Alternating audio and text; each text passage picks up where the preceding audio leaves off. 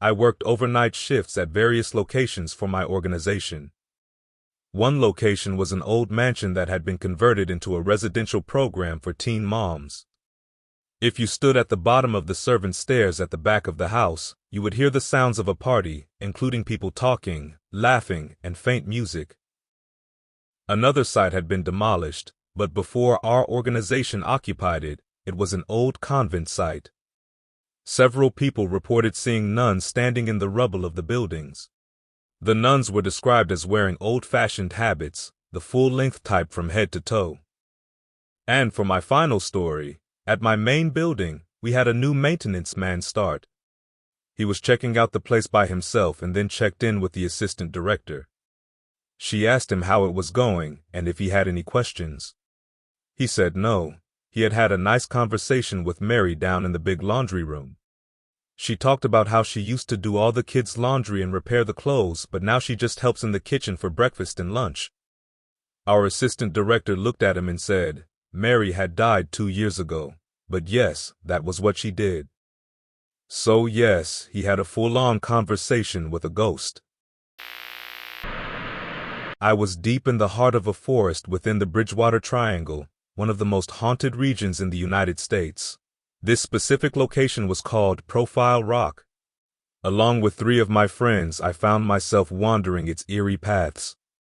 It was late, around 2:30 to 3 a.m., and we were making our way back to our vehicle. The night was pitch black, with only the moonlight filtering through the trees to guide us. For no apparent reason, I felt compelled to turn around. I hadn't heard anything out of the ordinary, nor did I feel as if we were being followed. Yet, when I looked back, my heart nearly stopped. Something was running towards us from about 100 feet away. At first, its presence wasn't what terrified me. Rather, it was the manner of its approach.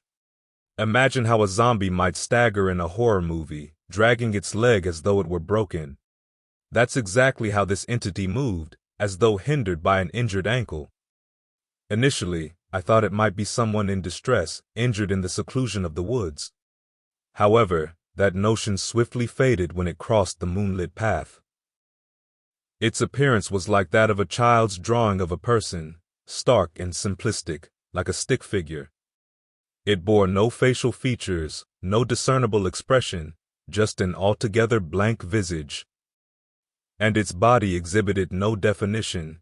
It was as though it had been sketched out of the air itself. In a panic, I called out to the friend nearest to me. When he saw what was drawing near, illuminated entirely by the moonlight, his reaction mirrored my terror. Without another word, we both broke into a sprint. Our other friends, who were a bit ahead, turned around at our panic-stricken tones. "Just run!" I yelled, unwilling to look back. It wasn't until we were nearly at our car that I dared glance behind us again, and just like that, it had vanished.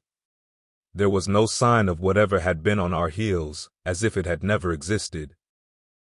I later searched Black Stick Men sightings on Google, an attempt to rationalize what I had seen. To my horror, I found that numerous people around the globe have reported encounters with entities remarkably similar to what we witnessed. Sometimes, perhaps, the unknown should remain precisely that, unknown. I worked at a grocery store bakery, and my coworkers insisted it was built on a burial ground. I rolled my eyes at the idea. Yeah, right.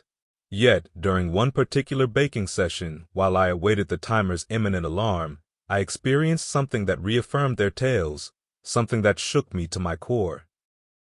I swear, as true as I'm standing here, a hand as white as a sheet reached out toward my shoulder. A chill coursed through me, propelling me to jump a good foot into the air and execute a spinning kick into thin air. Among the various unexplained incidents I encountered there, none terrified me as profoundly as this one, not even the occasion I was certain I saw a man staring intently at me. The most chilling aspect of this occurrence was its eerie similarity to an event during my high school years. My best friend and I were walking down a hallway when suddenly, a hand, pale as a ghost, emerged between us. We whipped around, only to find nothing. I went to take some nighttime photos of a local historic building which, although condemned, had housed scientists in the 1940s. I ventured there with 3 friends around midnight. It was a run-down 2-story U-shaped building with a 3rd floor that only covered small portions. Additionally, it boasted a run-down pool surrounded by a dilapidated fence. 2 of my friends ventured around to the right side of the building, while I explored the left alongside another friend. As we rounded the very back of the structure, we noticed a window with curtains uncharacteristically open. Peering in, we observed a desk on the left side of the room, smothered in dust save for a singular clear handprint. The chair at the desk was askew, as though someone had recently vacated it. On the opposite side stood a bed, adorned with an unattractively green comforter, meticulously tucked in, and sporting 2 white pillows. The bed was so neatly arranged, it resembled a display model from a Barbie house. Towards the back and to the left, a door heavily boarded up from the outside hinted at an attempt to secure the room. We found this peculiar but theorized that perhaps someone had managed to sneak inside. Attempting to document this eerie scene, we discovered both our cameras had unexplainably died. As we circled back around to the front of the building, intent on retrieving our phones from the car, we unexpectedly ran into my other 2 friends. Curious as to why they were there, we shared our eerie experience, explaining how our cameras had died. However, in the midst of our explanation, the sound of glass shattering from the side of the building where the room was located drew our attention. We glanced up to find a broken window in the 3rd floor attic room.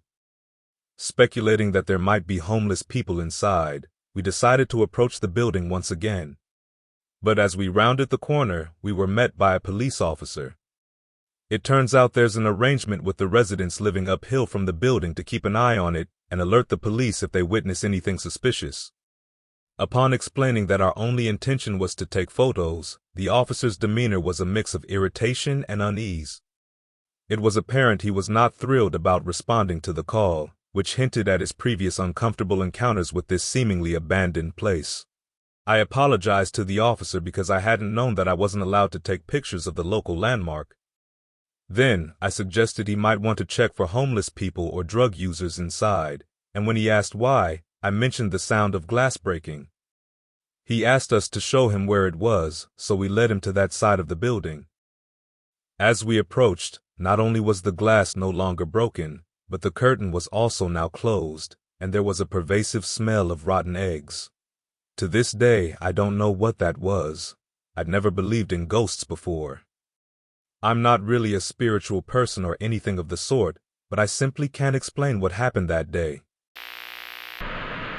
I worked in a restaurant during high school that was housed in a building hundreds of years old, serving dual functions as both an eatery and a hotel.